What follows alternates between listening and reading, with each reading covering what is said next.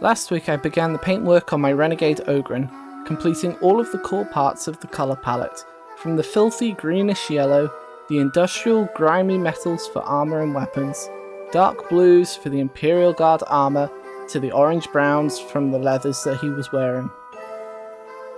With the paintwork in complete synergy, I found that I needed to come up with a design for the flag mounted on top of the slab shield. Sketching out some ideas has helped me to envision what this might look like. It was a perfect opportunity to practice and develop my freehand skills on a miniature level, even though it is not something that I am very good at. I decided that this Ogryn might borrow some tendencies from the fantasy ogre kingdoms, and may have decided to take a literal bite out of the Imperium.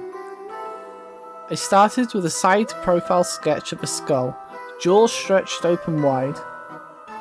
I didn't want the skull to look too much like it was influenced by the powers of chaos, so I tried to keep it as humanoid as possible.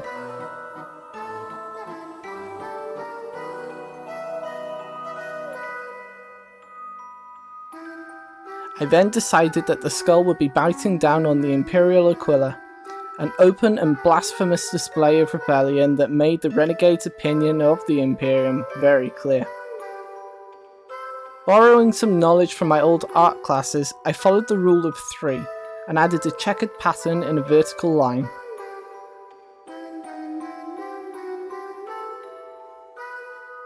The rule of 3 is often used in design work as an odd number of items naturally encourage the eye to travel around the area. In this case, the flag and miniature. The checkered pattern also borrows a lot from the Warhammer fantasy elements, but it is something that I've noticed coming back into Warhammer 40,000 over the years. Initially with orcs, but even more so with the introduction of the Imperial Knights and the noble houses that they hailed from.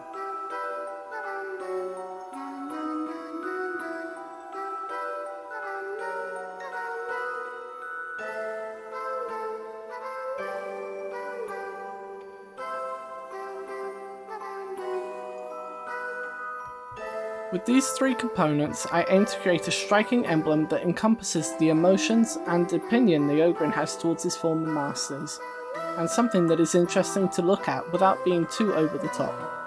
This is Cursed Crusader Arts.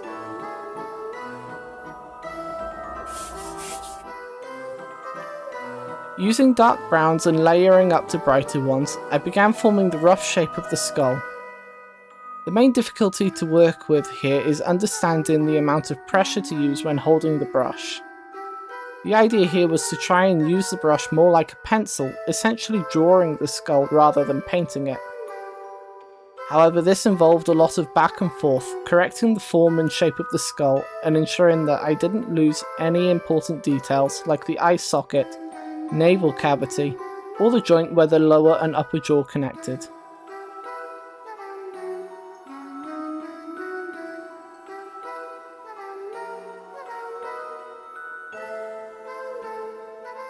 I also added the teeth in so that I could envision my work more clearly. However, I now think that the teeth should have been added later for a better effect and really look like the skull was biting down.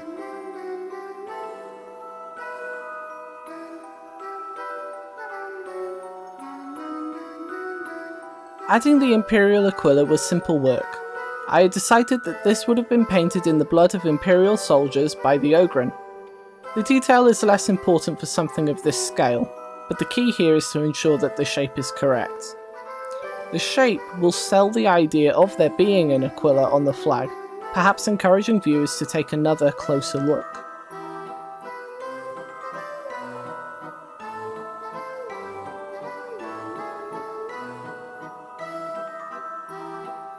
This was an important detail for our centerpiece, so I opted to use the Blood for the Blood God technical paint for this, as I wanted to make use of the thick gooey texture and the glossy effect that came from it, contrasting with the dirty canvas around it.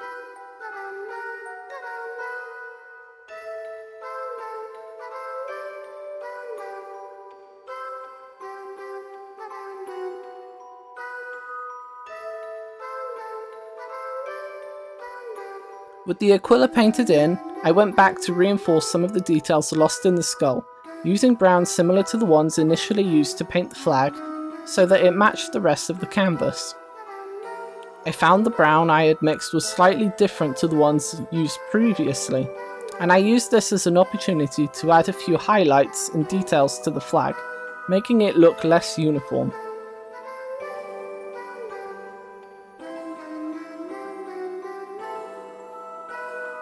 Blending is not a strong point for me, so I often default to classic styles such as Expressionism and Impressionism. This often uses lines of a variety of colours that then merge the farther away from it you are. This reduces the need for perfect blends and adds movement and a more chaotic appearance to the paintwork.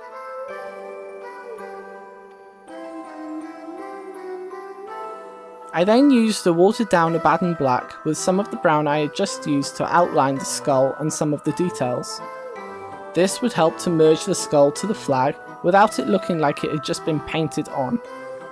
This additional depth really changes the way the skull looks and will also help it to work well with the checkered pattern that is about to be added. The skull is also coloured in a way that is similar to the trophies as the Ogryn has on his shield and belt, unifying the pieces together by reusing the same colours and shape elements to it. Some brown washes help to push back the garish white, putting the tone on a similar level to the rest of the miniature. This would also help any additional details to pop brighter than if the skull had remained in its previous state. Next was the third part of the banner. I began by making alternating squares in white paint. I wanted this vertical line to be largely unbroken except by the aquila, so it was important that this was done without colliding with the skull I had just painted. This whole design has supposedly been added by the Ogryn, allowing me to justify my freehand abilities. Ogryns are not stupid, but they are simple, so I would not expect anything of great detail to be made here. Whilst I had been sketching my concept art, I had planned for the skull to be black, but found that it was hard to see against the dark brown flag.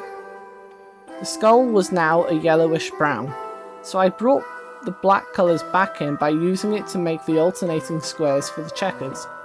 This would allow me to unify the squares, tidying the edges and making them similar sizes with only a few differences among them. I chose to add some more blood to the bottom of the slab shield itself. I imagined that this would have been used to stab down onto guardsmen who had been thrown flat by the charging Ogryn.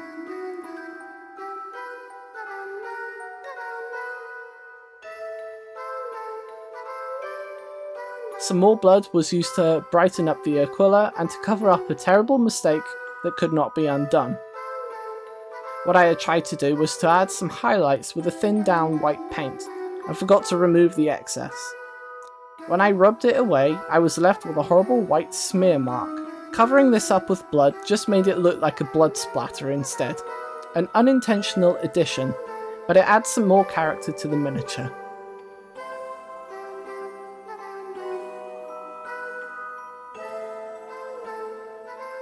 After this, the whole banner was given a wash with Seraphim Sepia, adding a yellow filter that binds it to the rest of the miniature, making the whites and pale brown details appear dirtier.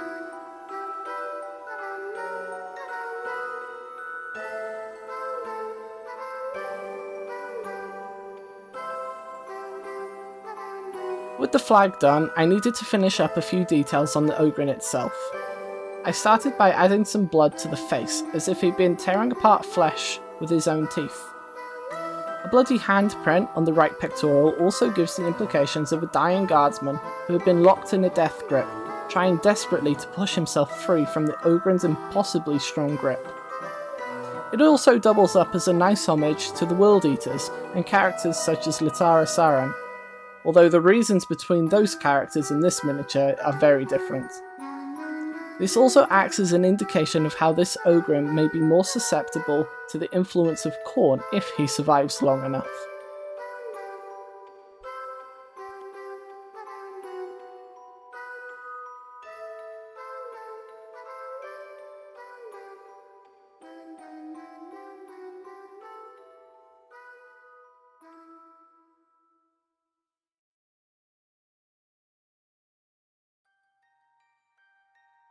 The next added detail would be muddy boots.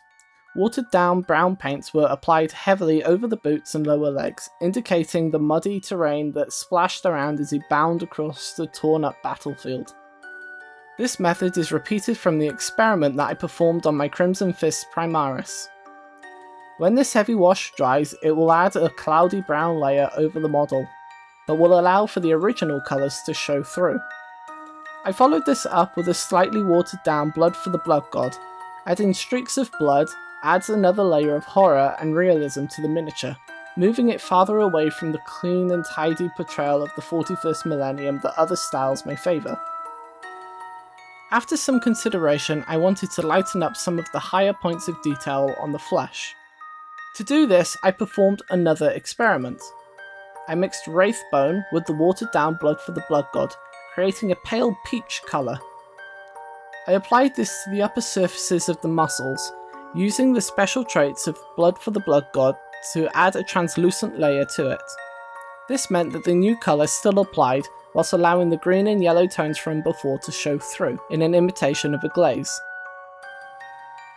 I used this on the defining features of the face, such as the high cheekbones, folds of skin, and any strange lumps also found on the top and back of the head. These odd lumps were also found on the arms, so the glaze was added here too, and used to highlight the muscles closer to the front of the miniature. To finish off the armour, I first added some blood to the modified shoulder pad, adding a tally mark to indicate the deaths of specific targets that the Ogryn was hunting. When this was dry, a unifying wash of Seraphim Sepia was added to all of the metal armour pieces and the grenade launcher.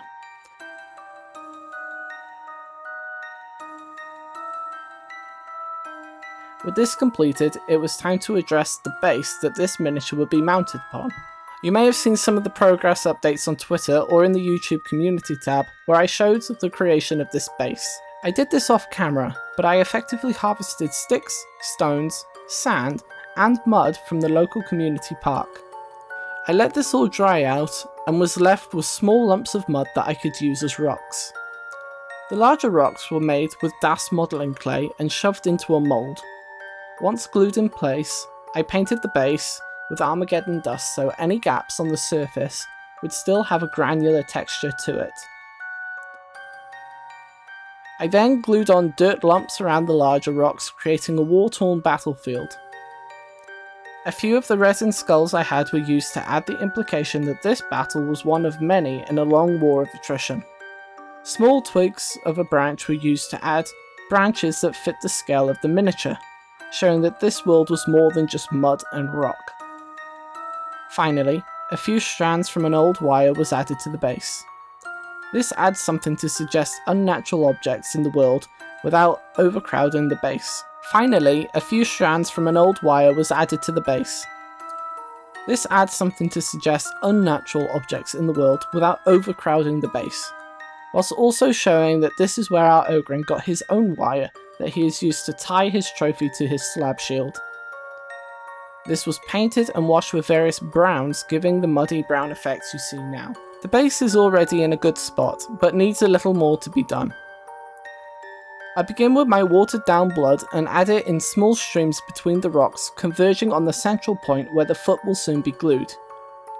This blood does not need to be too bright, but simply adds another deep colour added to the mud, but also ties the miniature and base together into a single unit. The next stage of tying Ogryn and base together is to reuse more colour. The sticks, skulls, and some rocks were given a green wash, matching the tones previously used. I tried to be selective with this wash, using it as a shadow colour instead of a brown or black. This slightly unnatural coloration also adds more interest and character to the base. I then dry brushed the sticks with Wraithbone, pulling out the natural details. This is also to demonstrate that the light is working differently on these higher points, whereas the mud and skulls below are very dark. I then dry brushed the sticks with Wraithbone, pulling out the natural details. This is also to demonstrate that the light is working differently on these higher points, whereas the mud and skulls below are very dark, the details almost obscured unless they are being looked at closely. A final wash with Seraphim Sepia takes away the chalky look without compromising the detail, and is used to act as where the light is striking, contrasting from the darker Bale Tan green. With the miniature finally complete, it is clear that everything has remained coherent, and a story can be pulled from it. Using a combination of kit bashing, freehand, and experimentation has allowed me to create something that is different and unique. It has also allowed me to practice skills I am not as good at, whilst demonstrating other skills that I excel in. Finally, I have been able to draw upon different stylistic choices that have resulted in me adapting and making different decisions that go against what I had originally planned. For me, miniatures are more about creating a display piece of art, rather than something quick to put on the tabletop. I gain more enjoyment in taking several days or weeks to complete a single miniature, and I hope that this gives you some ideas for your own creative outlets.